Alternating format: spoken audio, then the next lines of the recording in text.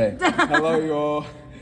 Welcome. I'm at the gym once again. I'm back at it again with another installment of a vlog, and today I've had the pleasure of meeting someone new, yeah.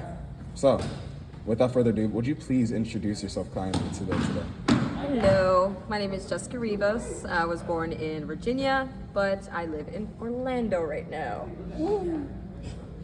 Yes, Jessica. Yes, nice to meet you. So, I have one or two questions for us. We'll see. So, my first question is, what are some beliefs and beliefs. What are some beliefs that have helped guide and shape your life up until this point in time? Ooh. That I am of God's light and unconditional love. And that has helped me learn how to teach myself how to love myself unconditionally. And learning how to love others starts with yourself first, right? Yeah. So by using and utilizing that belief system, not only did it help me, but because I'm doing it to me, I'm also giving it to others. Cool. That's changed my whole life, in all honesty. Respect it. Yes. Yeah, thank you so much for answering that. That was really honest. I think that's real. I think some things that helped shape me was that knowing that like I can't do this life on my own, knowing that like I'm too broken to fix myself, I'm too weak to fix myself. But what I have to rely on is that like there's someone higher than I am. There's someone that I can go to. His name is God, Jesus. And he died on the cross for us, has a plan for us, and he actually cares. So even when I didn't care about myself, he cared. And for me, my story started off in high school where I was bullied a lot, and it led to just me, being rejected and stuff because I wanted to be on the basketball team, never made it, and I was rejected by a lot of people, in my school, and it led to like depression. It led to doing drugs, smoking weed, drinking. Going to different parties, college parties, and just DMV parties where like you see really old people going there and like really young people going there.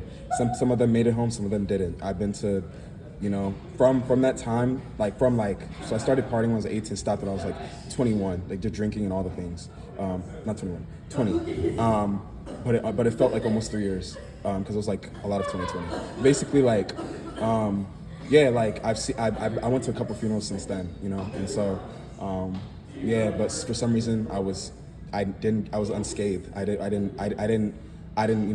was depressed and almost committed suicide, but I didn't get into it. And so, I'm glad you're here. Yeah, thank you. That means a lot. It was a dark time. Couldn't think right, couldn't operate, it was hard to sleep, felt like purposeless, felt like nothing mattered, felt like family was there, but I felt like I was in a crowded environment, but I was the only one going through something. It came to a point where like I couldn't find hope in because I looked at crystals, I looked at Buddhism, I looked at Hinduism, I looked at Mormonism, I looked at any other belief system to find life because I didn't want to believe in Jesus. I didn't want to believe that I had to give my life to a book that was over 2,000 years old and translated over time. It didn't make sense, and I hated it. I strongly disliked it. And so it got to a point though that I was at the end of my life, literally, I was going to do this thing, but then God took me out and I gave my life to Christ. And from then till now, I've been in Christian therapy, been in different groups where I've been able to talk about things and all the things. But basically what happens is I was able to open up, I was able to share these things and able to find healing, find hope, and find strength. And so Jesus was the answer for me. You want to know? I'm sorry. You want to know something else that helped me too? Yeah. Is I would tell myself I know what it feels like to be loved by God, and that changed a lot, especially with opening my energy to God, God consciousness and God's light. I also went through a very, very dark time. You wouldn't think this now, especially with the conversations that we've had, but people alienated me a lot. There's people who bullied me too. I was abused growing up as well. There was a lot of reasons for me not to want to shine my light or be out in the open and share my creativity with the world. There are many, many reasons to basically close myself in, But when when I had that understanding and when I got closer to people, actually when I moved to Florida, and I got closer to people who did spiritual work, and were telling me that I was kind of in that phase of questioning God and questioning life and all this other stuff, and they were like, Jessica, you love the concept of what is of God's creation too. So I know you love God, but you also aren't allowing yourself to be loved by God. So I'm just like, okay. And then once that kind of like got brought to me and I had that understanding, like, okay, like how can I go about trusting and going about loving others? And that's what leads me to my first point originally. Showing myself that unconditional love, that light and energy, and then going towards others and showing that to others and being that example for others. Yeah. Thanks for sharing that. Thanks for opening up. It's not easy to do. I still don't like doing it all the time. It's needed. Crying, opening up, talking about these things, this helps bring healing. I've also learned that like there's a like I was opening up to the wrong people growing up. So in high school, and all so I was a person that was always emotional growing up, and even got to the point of being overly emotional, overly just sharing everything with everybody. And what happened was that I went there that too. And I was addicted to pornography, so I had the wrong view of women, wrong view of myself.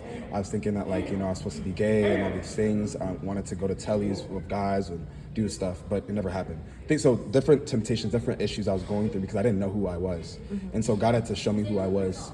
That He said I was fearfully, wonderfully made. He says I'm above and not beneath. He says I'm a chosen generation, a masterpiece, a peculiar people. Peculiar meaning special, meaning set apart. Chosen for God.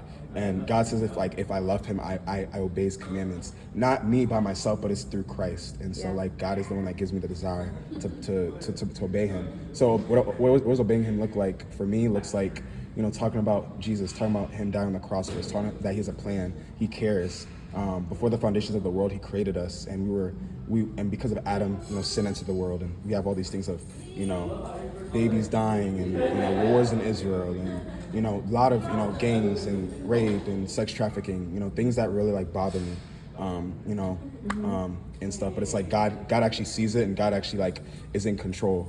And so when I realized that God was the one in control of my life and not me, it was easy for me to really start working on finding myself drawing closer to Him in prayer, letting Him know these are my desires, and relying on His promises. He really does have, He really promises life, really promises joy, peace, all these things. But yeah, I think the last question I have, and then you can go, I know they're waiting on you, is if you were to die right now, God forbid, but if you were to die, where do you think you would end up and why? In between worlds. Crossing with my family and my ancestors and spirit guides. Looking back at my life, they're going to give me the chance to be able to look at my whole entire life. I know that for a fact. I don't doubt it.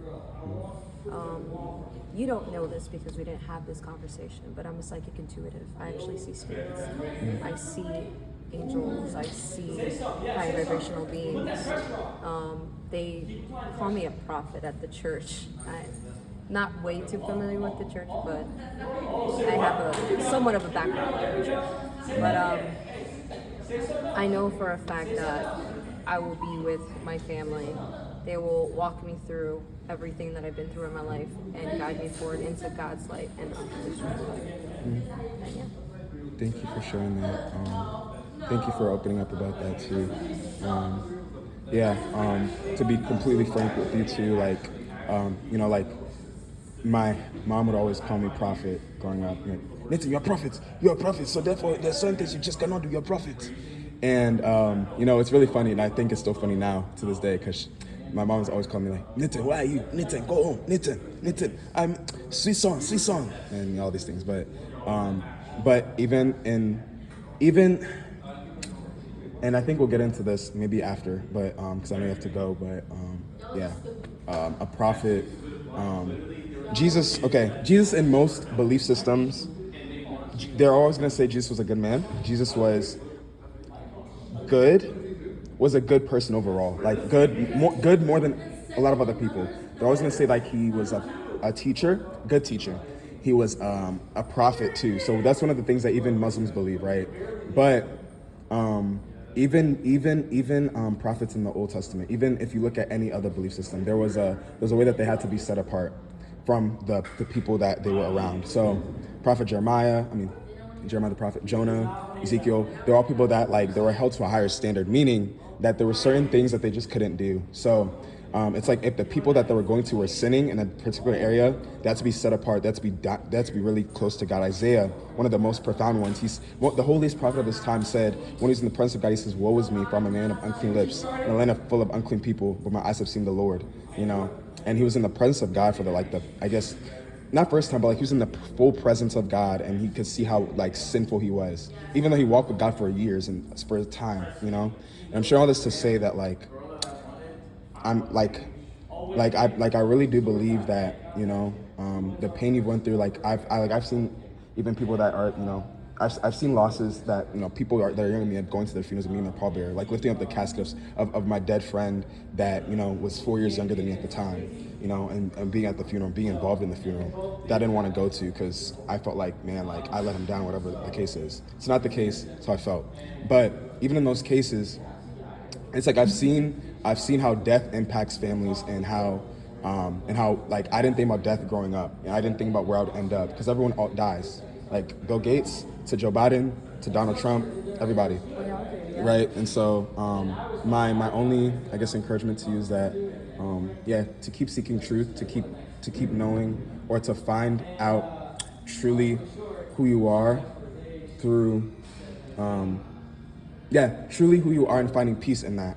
What I mean by that is that my family can tell me who I was, my church can tell me who I was, my friends can tell me who I was, my therapist can tell me who I was, the people that I was going to for help couldn't tell me who I was, but like there was someone that God did, and so. I only know who I am, and I'm the God who I am. And just before you wrap up, I actually almost died last year. And before that, because I was hospitalized because I had an infection. That was probably like my blood pressure dropped critically low during the surgery.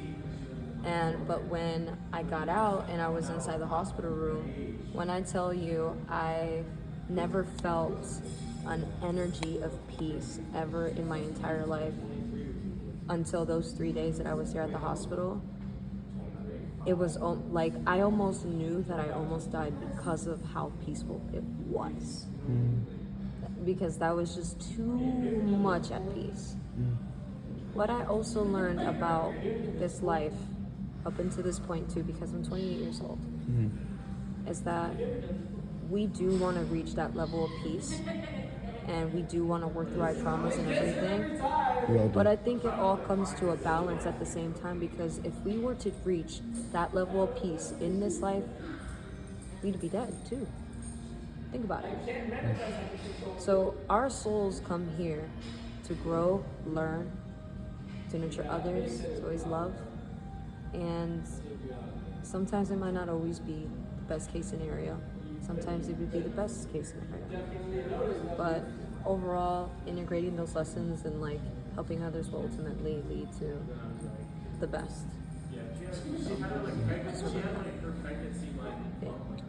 Cool. Well, thank you for sharing. That was everything, guys. God bless you. Bye. Peace.